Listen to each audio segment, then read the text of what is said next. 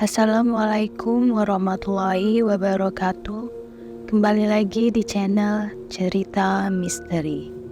Hari ini saya akan membacakan sebuah cerita tentang pendakian horor di gunung yang berada di wilayah Jawa Timur. Sebelum kita masuk ke ceritanya, tekan dulu tombol subscribe channel ini. Jangan lupa tekan juga tombol like dan juga komen pada tiap video yang kita buat. Nyalakan juga lonceng notifikasinya agar tidak ketinggalan cerita-cerita lainnya dari channel ini. Karena kita akan bagi-bagi door prize berupa pulsa 100.000 untuk 10 orang pemenang. Door prize akan diundi apabila subscriber kami sudah mencapai 1.000. Terima kasih.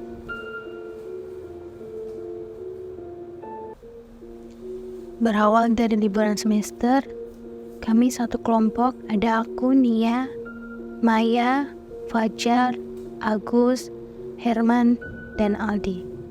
Mereka adalah remaja yang gemar melakukan kegiatan pendakian, kecuali aku. Aku masih awal dalam hal pendakian.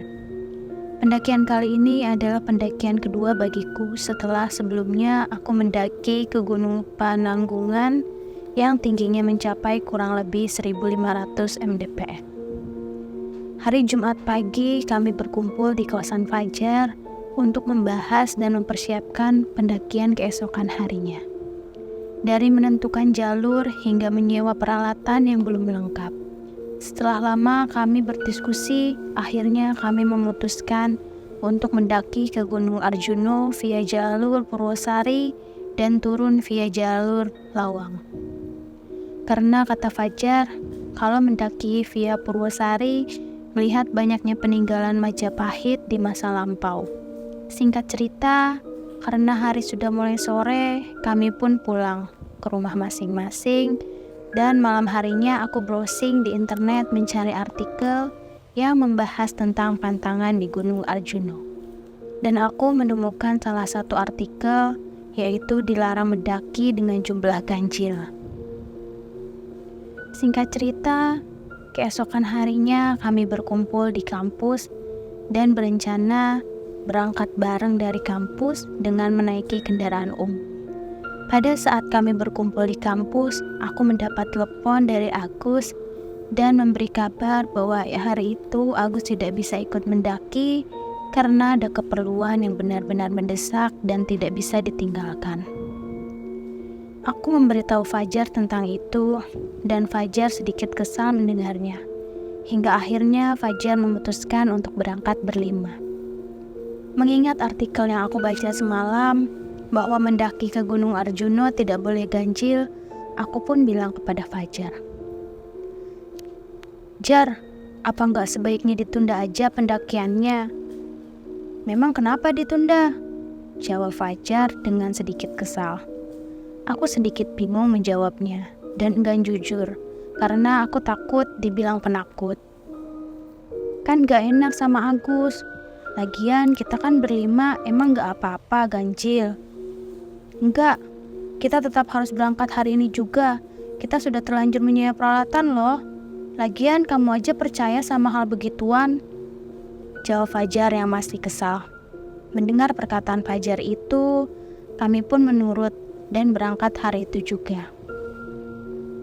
Sehabis zuhur, kami berangkat dari Surabaya menuju pos pendaftaran Gunung Arjuno via Purwosari dengan menggunakan angkutan umum. Kami sampai di base camp pada pukul 2 siang. Kemudian Fajar mengurus pendaftaran. Setelah selesai, kami beristirahat sejenak untuk melepas lelah saat perjalanan tadi. Kurang lebih 30 menit kami istirahat. Kami memulai perjalanan dan tak lupa berdoa. Berjalan santai, waktu itu jalannya masih lumayan landai dan dikelilingi pohon pinus. Di pohon pinus itu tiba-tiba aku merasa cemas. Aku seperti merasakan ada hawa negatif di sekitar situ. Dalam hatiku, mungkin ini hanya perasaanku saja, gara-gara aku baca artikel semalam. Aku terus berjalan dan berdekatan dengan Maya hingga sampailah kami di pos 1. Di situ terdapat sebuah pondok dan semacam bangunan yang berbentuk naga. Kami pun istirahat sebentar di situ karena waktu itu aku merasa sedikit kelelahan. Lalu dari bawah, aku melihat ada satu orang pendaki wanita yang sedang naik. Wanita itu mengenakan kemeja hitam putih dan memakai ransel berwarna hijau pupus. Ketika wanita itu berjalan melewati pos 1, wanita itu sempat tersenyum kepadaku. Seakan dia sedang menyapaku dan aku pun membalasnya dengan senyum. Tapi anehnya, teman-temanku tidak ada yang merespon. Bahkan melihat pun tidak. Mereka malah asyik mengobrol satu sama lain. Kemudian Fajar mengajak untuk segera melanjutkan perjalanan karena mengingat waktu sudah semakin sore. Ketika kami mulai beranjak berdiri, aku bilang pada teman-temanku, "Ayo kita susul satu orang tadi, sekalian kita ajak bareng berjalan." Mendengar perkataanku itu, teman-temanku melihat heran. Kemudian Maya bertanya padaku, "Orang yang mana Mbak Nia?" "Mbak-mbaknya tadi naik sendirian," jawabku sambil menunjuk ke arah jalur pendakian. "Loh, memangnya tadi ada orang toh?" tanya Maya kepadaku. "Ada tadi, kalian sih pada sibuk ngobrol," jawabku sambil meyakinkan teman-temanku. Lalu kami lanjut berjalan dan sedikit mempercepat jalannya agar bertemu dengan pendaki wanita yang kuceritakan itu. Jauh berjalan, kami tidak juga menemukan dan melihat pendaki wanita tadi hingga sampailah kami di pos 2. Setelah sampai di pos 2, Fajar bertanya kepadaku, "Mana Nia? Gak ada orang sama sekali gini kok. Kok cepet banget ya jalannya? Padahal tadi belum lama dia jalan terus kita juga jalan," jawabku dengan heran. Dalam hati aku berkata, apa mungkin dia udah jalan jauh di depan? Di pos 2 kami tidak istirahat lama, kurang lebih hanya 10 menit. Lalu kami lanjut berjalan menuju ke pos 3 yang jaraknya tidak terlalu jauh. Kurang lebih 15 menit berjalan, lalu kami sampai di pos 3. Di pos 3, aku melihat ada sebuah bangunan yang bertuliskan Eyang Sakri. Karena hari sudah mulai petang, kami memutuskan untuk beristirahat sebentar sambil memakan cemilan. Ketika mereka sedang asyik makan cemilan, tiba-tiba kami dikejutkan oleh pendaki wanita yang tadi aku temui di pos 1. Wanita itu terlihat berjalan dari bawah dan baru sampai di pos 3 tempat kami beristirahat. Melihat itu, aku sangat terheran. Padahal tadi dicari nggak ada. Tiba-tiba sekarang baru sampai di pos 3. Lalu kami menyapa wanita itu dan mengajaknya bergabung, dan wanita itu menerima tawaran kami. Kemudian dia duduk di sebelahku. Fajar bertanya pada wanita itu, "Sendirian aja Mbak?" "Iya Mas," jawab wanita itu. "Kok berani?" tanya Fajar. "Rumahku deket sini kok Mas, jadi terbiasa," jawab wanita itu. "Namanya siapa Mbak? Kita kenalan dulu biar akrab," tanya Fajar lagi. "Dewi," jawab wanita itu dengan singkat dan padat. Lalu aku memotong pembicaraan mereka. "Mbak yang tadi ketemu di pos 1 kan ya?" "Iya mungkin Mbak, saya lupa," jawab wanita itu dengan nada dingin. Lalu Fajar memotong pembicaraan kami berdua. "Oh, jadi Mbak ini yang tadi Mbak Nia lihat?" Wanita itu hanya tersenyum. Tepat jam 6 malam, kami melanjutkan perjalanan dan wanita itu ikut berjalan bersama kami. Di dalam perjalanan, aku merasakan bahwa ada yang tidak beres dengan pendaki wanita itu, karena dari gerak-geriknya sudah berbeda. Dia memilih berjalan di posisi belakang, tapi aku tidak mau berprasangka buruk, dan tetap berusaha berpikir jernih. Setelah kurang lebih 1 jam, kami berjalan sampailah kami di pos 4, yang dinamakan Eyang Semar. Melihat jarak dari pos 4 ke pos 5 tidak terlalu jauh, Fajar memutuskan untuk tidak break terlalu lama. Jadi kami hanya sekedar minum. Lanjut berjalan ke pos 5. Aku berjalan di tengah-tengah bersampingan dengan Maya. Lalu tiba-tiba aku mencium bau yang sangat wangi, seperti bunga melati. Karena mencium bau wangi itu, sontak langkah kakiku berhenti. Dan spontan aku menoleh ke arah Dewi. Karena bau wangi itu bersumber tepat dari arah dia berdiri. Kemudian aku berkata, bau apa ini, wangi banget. Jalan teman-temanku pun ikut terhenti. Dan Maya yang berada di sebelahku bertanya balik, bau apa Mbak Nia? Setelah pertanyaan Maya, itu bau wangi yang aku cium seketika menghilang. Aku menoleh ke arah Dewi. Di situ Dewi hanya diam dan menatap ke bawah. Lalu Fajar memintaku untuk melupakan dan melanjutkan perjalanan. Singkat cerita, sampailah kami di pos 5, Mahkutoromo. Di situ kami istirahat di depan bangunan shelter, dan di shelter itu kami bertemu dengan bapak-bapak. Sepertinya beliau seorang penambang belerang. Kami sempat mengobrol dengan bapak itu, dan bapak itu bilang, "Nek nang Gunung Arjuno, sing hati-hati, nek iso ojo jumlah gancil. Kalau ke Gunung Arjuno hati-hati, kalau bisa jangan jumlah gancil." Lalu Fajar menjawab, "Memang kenapa Pak?" "Nek ganjil, biasane bakal ono lelembut sing ngetutno, nek iso guwo kayu gawe ngenepi. Kalau ganjil, biasanya bakal ada makhluk halus yang mengikuti, kalau bisa bawa kayu untuk menggenapkan." Jawab bapak itu sambil menasehati kami. "Iya Pak, terima kasih sarannya," jawab Fajar. Tidak tahu kenapa mendengar itu hatiku tiba-tiba berdetak hebat. Aku merinding sekali. Dan ketika kami asyik mengobrol dengan bapak-bapak itu, tiba-tiba Dewi agak menjauh, seakan tidak mau berkumpul bersama kami dan bapak-bapak itu. Setelah kurang lebih 20 menit kami di situ, kami pun berpamitan dengan bapak itu. Kami semua bersalaman dengannya kecuali Dewi. Ketika kami akan meninggalkan pos 5, tiba-tiba bapak itu berpesan lagi, "Ojo lali, gowo kayu yo Mas. Jangan lupa bawa kayu ya Mas." Mendengar itu, aku merasa ada sesuatu yang tidak beres. Padahal waktu itu kan kami berenam dengan Dewi. Aku berpikir, apakah bapak itu tidak melihat Dewi?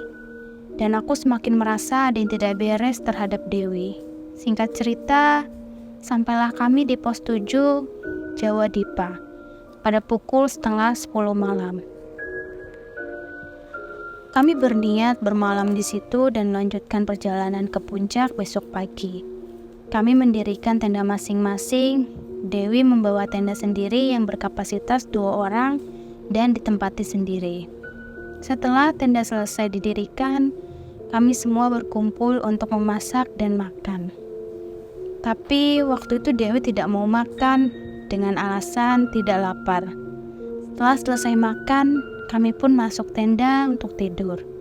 Fajar, Herman, dan Aldi tidur di satu tenda. Sedangkan aku dan Maya tidur berdua. Malam semakin larut. Tiba-tiba aku terbangun dari tidurku karena kedinginan. Ketika aku terbangun, tiba-tiba aku mendengar suara berisik di depan tendaku. Karena penasaran, aku membuka sedikit pintu tendaku untuk melihat keluar. Aku benar-benar sangat terkejut ketika melihat keluar. Ternyata di situ ada Dewi yang sedang duduk di depan tendanya seorang diri sambil bermain ranting yang dicoret-coretkan ke tanah. Aku ingin menyapanya, tapi tidak jadi karena takut. Aku terus mengintip Dewi dari sela-sela pintu tendaku.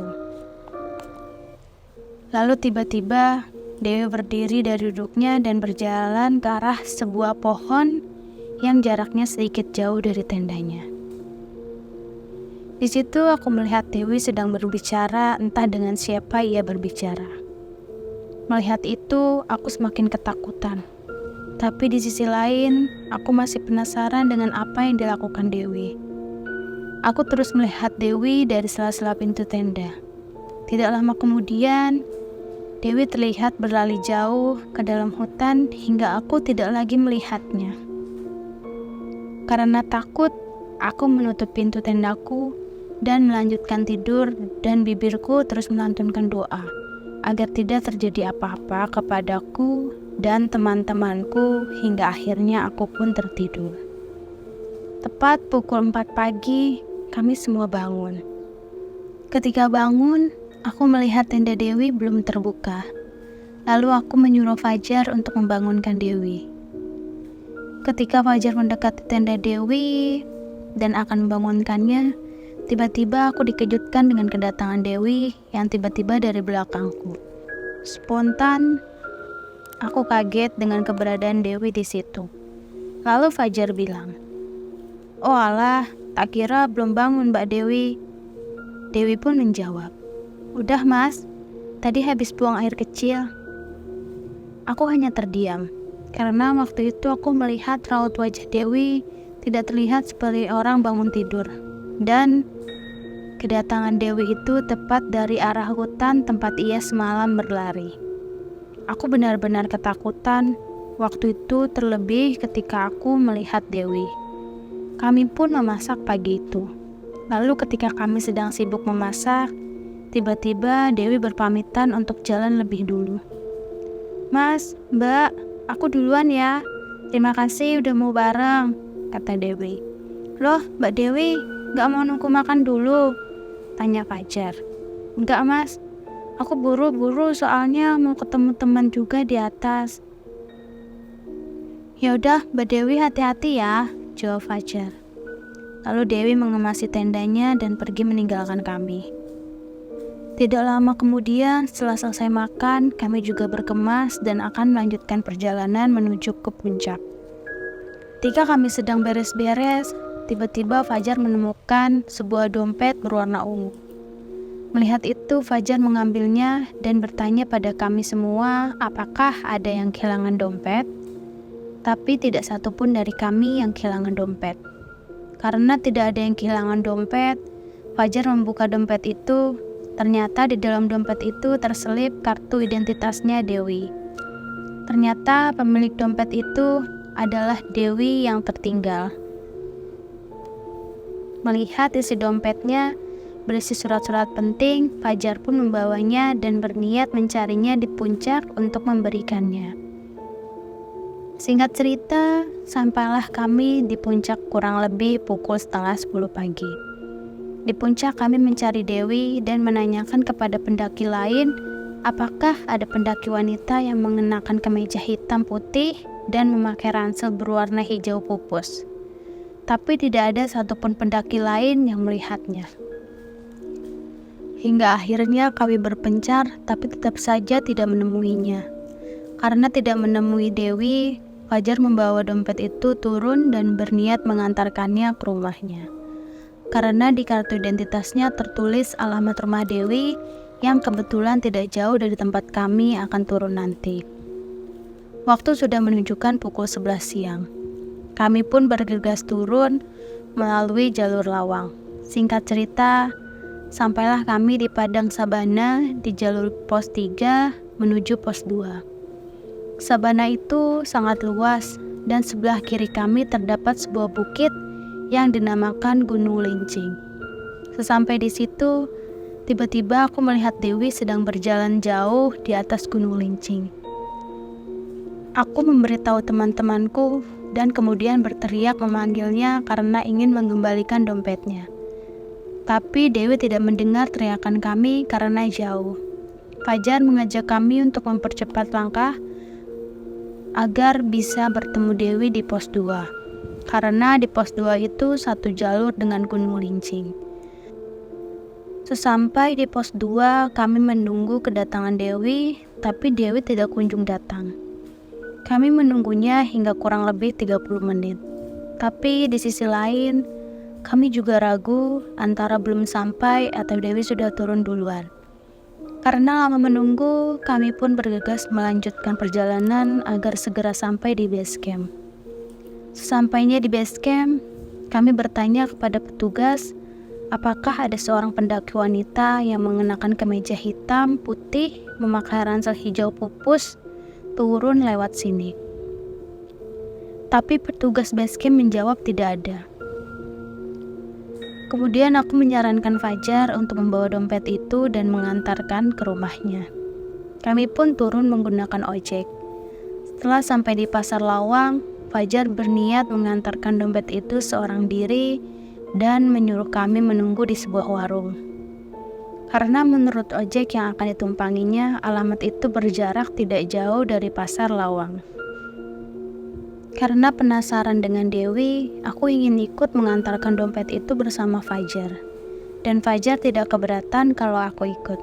Berangkatlah kami ke alamat Dewi.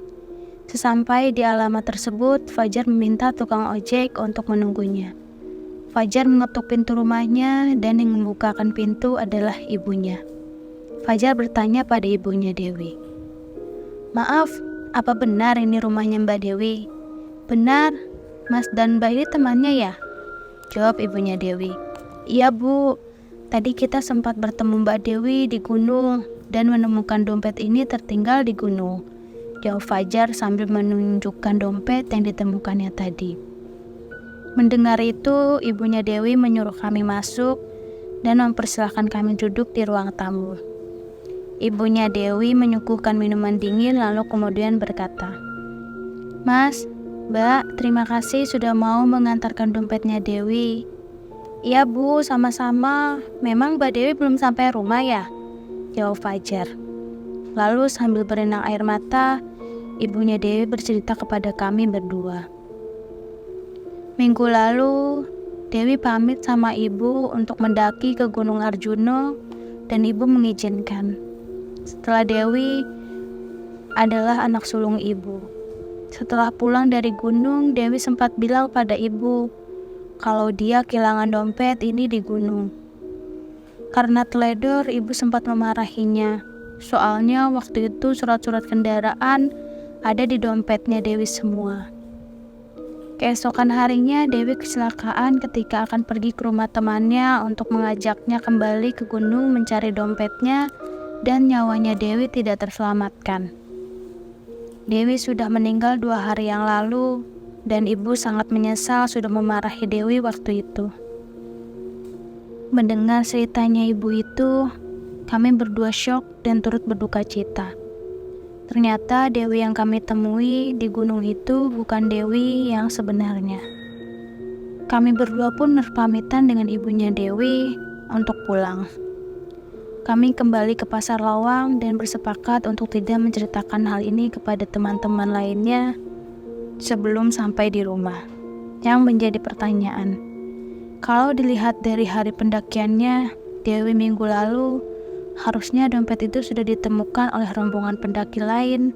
Tapi kenapa waktu itu rombongan mereka yang menemukan?